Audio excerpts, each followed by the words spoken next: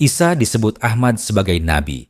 Terakhir merupakan gagasan yang sering muncul dalam kajian para ilmuwan muslim ketika membahas hubungan antara ajaran Nabi Isa dan risalah Nabi Muhammad. Dalam perspektif Islam, Nabi Isa bukan hanya seorang nabi yang diutus kepada Bani Israel, tetapi juga seorang rasul yang membawa kabar gembira tentang kedatangan utusan terakhir setelah dirinya. Al-Quran secara tegas menyebutkan bahwa Isa putra Maryam berkata kepada kaumnya bahwa ia membenarkan Taurat yang datang sebelumnya dan memberi kabar gembira tentang seorang rasul yang akan datang setelahnya yang bernama Ahmad. Para ilmuwan muslim menjelaskan bahwa nama Ahmad memiliki makna yang sama dengan Muhammad, yaitu yang paling terpuji, dan inilah sebab utama mengapa risalah Isa pada hakikatnya tidak pernah terputus dari risalah Islam yang sempurna. Menurut para mufasir klasik seperti Ibnu Katsir dan Ad-Tabari, penyebutan Ahmad oleh Isa bukanlah sekadar simbol atau kiasan, melainkan sebuah kabar kenabian yang nyata. Mereka menegaskan bahwa ajaran tauhid yang dibawa Isa sejatinya mengarah pada pengesaan Allah dan ketaatan mutlak kepada hukum ilahi. Ketika Isa menyampaikan kabar tentang Ahmad, ia sedang menyiapkan umatnya untuk menerima nabi terakhir yang akan membawa syariat paling sempurna dan universal. Inilah yang kemudian menimbulkan kegelisahan di kalangan elit agama Yahudi pada masa itu, karena ajaran Isa mulai menggoyahkan struktur keagamaan dan kekuasaan mereka. Para ilmuwan muslim juga menjelaskan bahwa kebencian terhadap Isa bukan muncul secara tiba-tiba, melainkan akibat langsung dari sikapnya yang tegas meluruskan penyimpangan. Isa mengkritik keras praktik formalistik tanpa ruh yang dilakukan sebagian pemuka agama. Ia menolak komersialisasi agama dan menegaskan bahwa keselamatan tidak ditentukan oleh garis keturunan, melainkan keimanan dan ketaatan. Ketika Isa menyebutkan akan datangnya nabi terakhir yang membawa hukum baru dan menyempurnakan risalah sebelumnya, ancaman terhadap status quo semakin nyata. Inilah sebab mengapa ia diburu dan direncanakan untuk disingkirkan. Dalam pandangan Islam, kebencian terhadap Isa juga berkaitan erat dengan penolakannya terhadap klaim eksklusivitas Bani Israel sebagai satu-satunya bangsa pilihan. Isa mengajarkan bahwa rahmat Allah luas dan tidak dibatasi oleh etnis tertentu. Para ulama seperti Al-Qurtubi menekankan bahwa ajaran ini sangat revolusioner pada masanya karena menghancurkan fondasi kesombongan religius. Ketika Isa mengabarkan tentang Ahmad, ia sedang menyampaikan bahwa kenabian akan beralih kepada bangsa lain yang menerima kebenaran dengan hati terbuka. Hal ini semakin memperkuat alasan mengapa sebagian pihak memusuhinya. Ilmuwan muslim juga menyoroti bahwa Isa tidak pernah mengajarkan konsep ketuhanan dirinya sendiri. Ia selalu menegaskan bahwa ia adalah hamba dan utusan Allah. Penyimpangan yang muncul kemudian dalam sejarah Kristen, menurut para ulama, merupakan hasil dari pengaruh filsafat dan kepentingan politik Romawi. Dalam konteks ini, penyebutan Ahmad oleh Isa menjadi bukti bahwa ajarannya murni tauhid dan sejalan dengan Islam. Karena itulah, Isa menjadi figur yang dibenci oleh mereka yang menolak kebenaran terakhir dan sekaligus disalahpahami oleh pengikutnya sendiri setelah ia diangkat oleh Allah. Menurut Imam Fakhruddin Ar-Razi, penyebutan Ahmad memiliki hikmah mendalam karena nama tersebut menegaskan sifat utama Nabi terakhir sebagai manusia yang paling banyak memuji Allah dan paling terpuji di sisi makhluk. Isa mengetahui bahwa risalah terakhir akan menghadapi penentangan besar karena ia akan menghancurkan sistem kezaliman dan kesyirikan secara global. Maka, kabar gembira itu sekaligus menjadi peringatan bahwa jalan kebenaran selalu diiringi ujian berat. Isa sendiri menjadi contoh nyata bagaimana seorang nabi yang lurus dapat dibenci karena kejujurannya. Para sejarawan muslim menambahkan bahwa perburuan terhadap Isa bukan semata karena persoalan teologis, tetapi juga politik. Kekuasaan Romawi melihat ajaran tauhid sebagai ancaman terhadap stabilitas kekaisaran yang bertumpu pada kultus kekuasaan. Isa yang mengajarkan ketundukan hanya kepada Allah dan mengabarkan akan datangnya pemimpin spiritual terakhir jelas dianggap berbahaya. Maka konspirasi untuk menangkap dan menyalibnya pun dirancang, meskipun dalam keyakinan Islam Allah menyelamatkannya dan mengangkatnya ke sisinya. Dalam kajian akidah Islam, Isa justru akan kembali menjelang akhir zaman sebagai pengikut Nabi Muhammad dan penegak syariat Islam. Ini menegaskan kembali bahwa hubungan Isa dan Ahmad bukan hubungan persaingan, melainkan kesinambungan. Isa menyebut Ahmad karena ia mengetahui bahwa kebenaran akan mencapai puncaknya melalui nabi terakhir. Kebencian yang ia alami menjadi cermin dari kebencian yang juga akan dialami Nabi Muhammad dan para pengikutnya dalam menyampaikan kebenaran. Para ilmuwan Muslim menyimpulkan bahwa kisah Isa yang menyebut Ahmad dan kemudian diburu serta dibenci adalah pelajaran besar tentang harga sebuah kebenaran. Setiap risalah yang datang untuk meluruskan penyimpangan pasti menghadapi penolakan dari mereka yang merasa terancam. Isa berdiri sebagai saksi bahwa nabi terakhir telah diberitakan jauh sebelumnya dan bahwa Islam bukan agama baru, melainkan penyempurna. Dengan memahami hal ini, umat Islam diajak untuk melihat Isa bukan sebagai figur yang terpisah, melainkan bagian integral dari rantai kenabian yang berujung pada Muhammad sang nabi terakhir, pembawa rahmat bagi seluruh alam.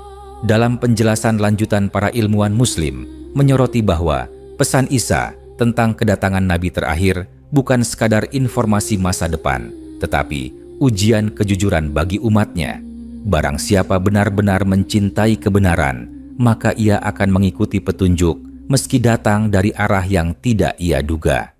Isa mengetahui bahwa sebagian besar penentangan terhadap risalah terakhir bukan karena kurangnya bukti, melainkan karena kesombongan hati. Oleh sebab itu, ia menanamkan nilai kerendahan diri dan kesiapan menerima wahyu baru sebagai ukuran keimanan sejati. Para ulama tafsir juga menjelaskan bahwa istilah Ahmad yang disampaikan Isa mengandung dimensi spiritual yang dalam. Ia menggambarkan sosok manusia yang hidupnya dipenuhi pujian kepada Tuhan dan menjadi sebab tersebarnya pujian itu di bumi. Isa memahami bahwa risalah pamungkas tidak akan terbatas pada satu kaum atau wilayah tertentu, tetapi akan menembus batas budaya, bahasa, dan bangsa.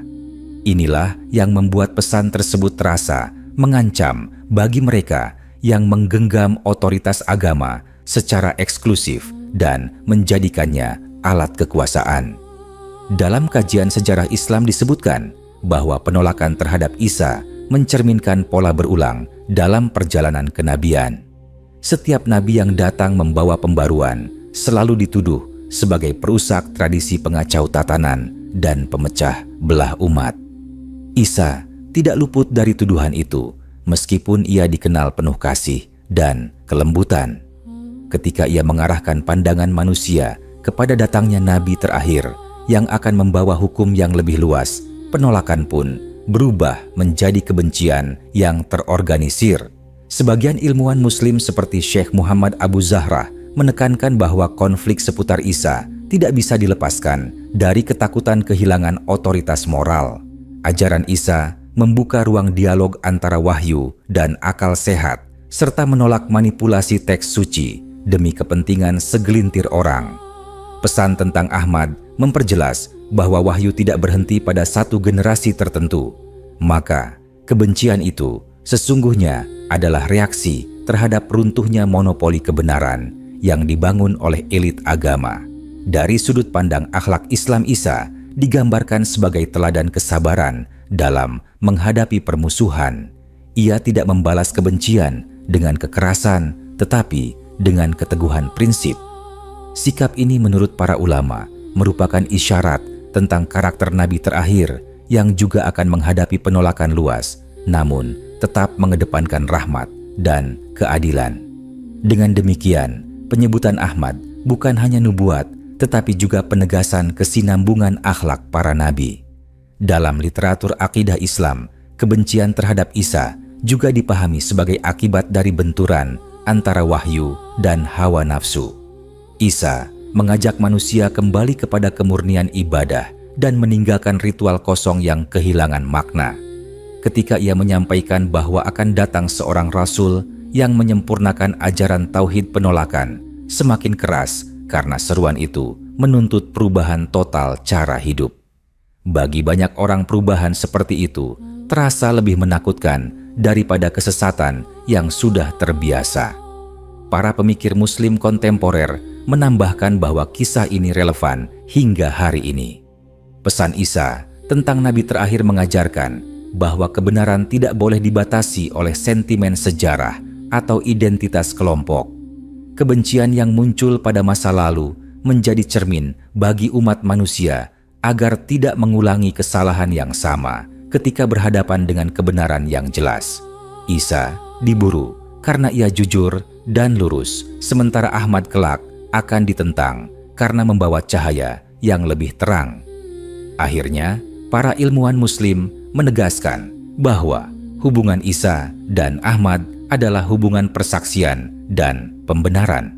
Isa menyampaikan amanahnya dengan jujur meski harus dibayar dengan permusuhan dan ancaman. Kisah ini mengajarkan bahwa jalan para nabi selalu berat namun berujung pada kemenangan kebenaran.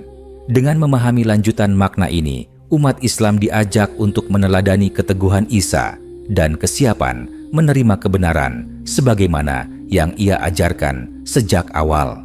Dalam lanjutan pembahasan, para ilmuwan Muslim menggarisbawahi bahwa keberanian Isa dalam menyampaikan kabar tentang utusan terakhir menunjukkan tingkat keyakinan yang sangat tinggi terhadap rencana ilahi. Ia menyadari bahwa kebenaran sejati tidak diukur dari banyaknya pengikut atau dukungan penguasa, melainkan dari kesesuaian dengan kehendak Allah. Karena itu, ia tidak menyembunyikan pesan tersebut meski risikonya sangat besar bagi keselamatan dirinya. Sebagian ulama Usyuluddin menjelaskan bahwa penyampaian kabar tentang Nabi terakhir juga berfungsi sebagai penutup hujjah bagi umat pada masanya. Tidak ada alasan bagi mereka untuk mengklaim kebodohan atau ketidaktahuan ketika kebenaran itu datang kemudian. Isa telah meletakkan fondasi penerimaan dengan menanamkan nilai kejujuran spiritual dan kesediaan meninggalkan fanatisme. Maka, penolakan yang terjadi setelahnya bukan karena kurangnya petunjuk, tetapi karena keengganan tunduk pada kebenaran. Dalam perspektif sosiologis Islam, kebencian terhadap Isa berkembang seiring semakin luasnya pengaruh ajarannya di kalangan rakyat kecil. Mereka melihat dalam diri Isa sosok pembebas dari tekanan hukum yang kaku dan beban dosa yang dimanipulasi oleh pemuka agama.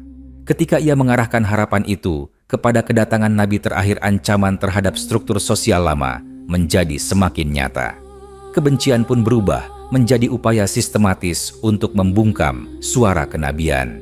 Para mufakir Muslim juga menekankan bahwa pesan Isa tentang Ahmad mengandung dimensi keadilan global. Risalah terakhir tidak akan berpihak pada kelompok tertentu, melainkan menegakkan keadilan bagi seluruh manusia.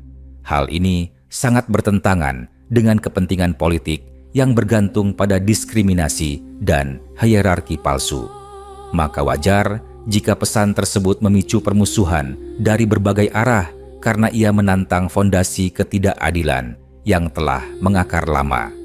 Dalam kajian tasawuf Islam, Isa dipandang sebagai simbol kejernihan hati yang tidak terikat oleh dunia. Penyampaiannya tentang Nabi terakhir lahir dari penyaksian batin terhadap cahaya kenabian yang akan datang. Para sufi menjelaskan bahwa orang yang hatinya bersih akan mengenali kebenaran meski belum menyaksikannya secara fisik.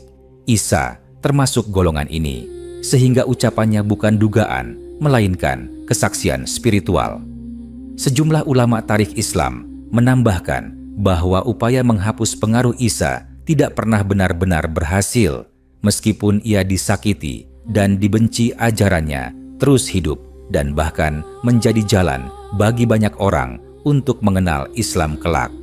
penyebutan Ahmad menjadi jembatan sejarah yang menghubungkan risalah sebelumnya dengan risalah terakhir. Jembatan ini tetap kokoh meski berulang kali coba diruntuhkan oleh kepentingan manusia. Dalam konteks keimanan Islam, kisah ini menegaskan bahwa Allah menjaga agamanya melalui cara yang tidak selalu tampak oleh manusia. Isa diselamatkan dari rencana pembunuhan dan pesan yang ia sampaikan tetap terpelihara dalam wahyu terakhir. Ini menunjukkan bahwa kebencian manusia tidak pernah mampu memadamkan cahaya kebenaran. Justru melalui tekanan itulah pesan ilahi seringkali semakin jelas dan kuat. Para ilmuwan Muslim pada akhirnya melihat bahwa peristiwa ini bukan sekadar sejarah masa lalu, tetapi pola abadi dalam perjalanan iman. Setiap kebenaran yang murni akan diuji oleh penolakan dan kebencian. Isa telah melewati ujian itu dengan kesabaran dan kejujuran. Dengan memahami lanjutan kisah ini, umat Islam diajak untuk lebih teguh memegang kebenaran meski tidak selalu diterima oleh lingkungan sekitarnya. Para cendekiawan Muslim pada tahap berikutnya menyoroti sisi kebijaksanaan ilahi dalam cara Isa menyampaikan pesan tentang utusan pamungkas. Ia tidak memaksakan keyakinan itu dengan tekanan atau ancaman, tetapi melalui penanaman nilai kesadaran batin. Hal ini menunjukkan bahwa kebenaran sejati bekerja perlahan di dalam hati manusia. Isa memahami bahwa risalah terakhir akan diterima oleh mereka yang hatinya hidup, meskipun ditolak oleh mereka yang hanya menjaga simbol lahiriah agama. Dalam pembacaan teologis Islam disebutkan bahwa penentangan terhadap Isa sesungguhnya merupakan konflik antara wahyu yang hidup dan tradisi yang membatu. Isa membawa semangat pembaruan yang menghidupkan kembali hubungan langsung antara manusia dan Tuhan tanpa perantara kekuasaan agama. Ketika ia mengarahkan pandangan umat kepada datangnya Nabi terakhir yang membawa petunjuk universal, maka ketegangan itu mencapai puncaknya. Banyak pihak merasa keberadaan mereka tidak lagi relevan jika kebenaran diterima apa adanya. Para pemikir Islam klasik juga menilai bahwa pesan Isa tentang Nabi terakhir mengandung dimensi tanggung jawab moral. Ia ingin umatnya memahami bahwa setiap generasi memiliki kewajiban untuk mengikuti cahaya petunjuk terbaru yang diturunkan Allah. Kebenaran tidak dibekukan pada satu zaman atau figur tertentu. Oleh karena itu, menolak utusan terakhir setelah tanda-tandanya jelas sama artinya dengan mengingkari prinsip ketaatan itu sendiri. Dalam analisis psikologis keagamaan, para ulama menyebutkan bahwa kebencian terhadap Isa dipicu oleh rasa takut kehilangan identitas lama. Banyak orang merasa aman dengan ajaran yang telah diwarisi turun-temurun meskipun telah menyimpang. Isa datang mengguncang rasa aman palsu tersebut dengan mengajak kembali kepada ketulusan ibadah dan kesiapan berubah. Penyebutan tentang Nabi terakhir memperkuat keguncangan itu karena menuntut transformasi yang lebih besar lagi. Beberapa sejarawan Muslim modern menjelaskan bahwa konflik ini juga menunjukkan bagaimana kebenaran seringkali disalahartikan sebagai ancaman politik. Padahal pesan Isa sepenuhnya bersifat spiritual dan etis. Namun, karena ia menolak tunduk pada kepentingan penguasa dan elite agama, maka ajarannya dipelintir seolah-olah berbahaya. Narasi kebencian dibangun untuk membenarkan penindasan dan penghapusan pengaruhnya. Dalam kerangka keimanan Islam, kisah ini menegaskan bahwa Allah membimbing para nabi dengan ilmu tentang masa depan risalah. Isa mengetahui bahwa tugasnya bukan mengakhiri sejarah kenabian, tetapi mengantarkannya menuju kesempurnaan. Karena itu, ia berbicara tentang utusan terakhir dengan penuh keyakinan dan ketenangan. Ia tidak melihatnya sebagai pengganti yang menghapus perannya, melainkan sebagai penyempurna yang menguatkan tujuan awal penciptaan manusia.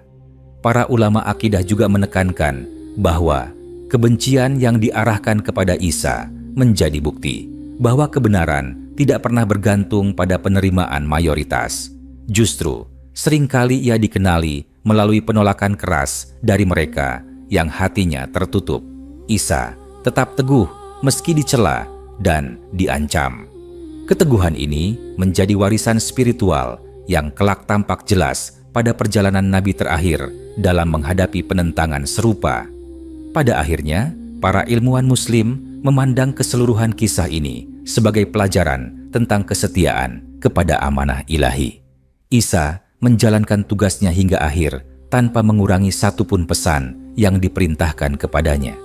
Ia menyampaikan kabar tentang Nabi terakhir bukan untuk mencari pengaruh, tetapi karena ketaatan mutlak kepada Allah.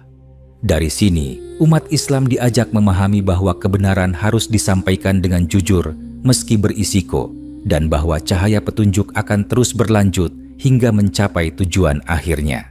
Para ahli tafsir Muslim pada kelanjutan pembahasan ini menekankan bahwa posisi Isa dalam sejarah wahyu sangat unik. Ia berdiri di antara dua fase besar perjalanan manusia, yaitu masa hukum yang terbatas pada satu kaum dan masa petunjuk yang bersifat menyeluruh. Kesadaran inilah yang membuatnya mempersiapkan umatnya secara mental agar tidak terjebak pada sikap menolak hanya karena perubahan. Penyampaian tentang utusan terakhir menjadi bentuk pendidikan rohani agar manusia tidak mengukur kebenaran dengan kebiasaan lama. Dalam pandangan ulama kalam, disebutkan bahwa ujian terbesar bagi umat beragama bukanlah kekurangan bukti, tetapi keberanian melepaskan kepentingan pribadi. Isa melihat dengan jelas bahwa banyak orang mengetahui kebenaran di dalam hati mereka, namun enggan mengakuinya secara terbuka. Ketika ia mengisyaratkan hadirnya Nabi terakhir yang akan membawa hukum lebih tegas dan adil, kegelisahan itu semakin terasa. Mereka khawatir harus mempertanggungjawabkan penyimpangan yang selama ini disembunyikan. Para pemikir Islam juga mengaitkan kebencian terhadap Isa dengan penyakit cinta kekuasaan. Ajarannya mengajak manusia memandang dunia sebagai sarana bukan tujuan. Pesan tentang risalah terakhir semakin menegaskan bahwa kekuasaan manusia bersifat sementara dan akan digantikan oleh kepemimpinan moral yang berlandaskan wahyu. Bagi mereka yang menjadikan agama sebagai alat dominasi, pesan seperti ini dipandang sebagai ancaman serius. Dalam kajian etika Islam, Isa dipahami sebagai figur yang membangunkan nurani. Ia mengajarkan bahwa kedekatan kepada Tuhan tidak diukur dari simbol luar, melainkan dari kejujuran batin. Ketika ia menyebut tentang Nabi terakhir, ia sedang mengarahkan nurani manusia kepada standar kebenaran yang lebih tinggi. Hal ini menimbulkan kegelisahan karena banyak orang lebih nyaman berlindung di balik formalitas daripada menghadapi kejujuran diri. Sejumlah ulama sejarah Islam menyebutkan bahwa perlawanan terhadap Isa juga dipicu oleh ketakutan terhadap perubahan sosial. Ajarannya membela kaum lemah dan mengkritik ketimpangan membuat banyak orang berpengaruh merasa posisinya terancam. Pesan tentang datangnya utusan terakhir menandakan bahwa perubahan itu tidak bersifat sementara. Ia akan berlanjut hingga tatanan lama benar-benar runtuh dan digantikan oleh keadilan yang lebih luas. Dalam refleksi keimanan Islam, kisah ini menunjukkan bahwa para nabi tidak hanya membawa hukum, tetapi juga membawa kesadaran zaman. Isa memahami bahwa umat manusia sedang menuju fase kedewasaan spiritual. Oleh karena itu, ia berbicara tentang risalah terakhir sebagai puncak perjalanan tersebut. Penolakan yang ia terima merupakan reaksi alami dari mereka yang enggan meninggalkan masa lalu meskipun masa itu penuh penyimpangan. Para ulama tafsir modern menambahkan bahwa pesan Isa mengandung harapan besar bagi masa depan umat manusia. Ia tidak melihat kebencian yang dialaminya sebagai kegagalan. Justru ia yakin bahwa kebenaran akan menemukan jalannya sendiri melalui Nabi terakhir. Keyakinan ini memberinya ketenangan dalam menghadapi tekanan dan ancaman yang semakin keras.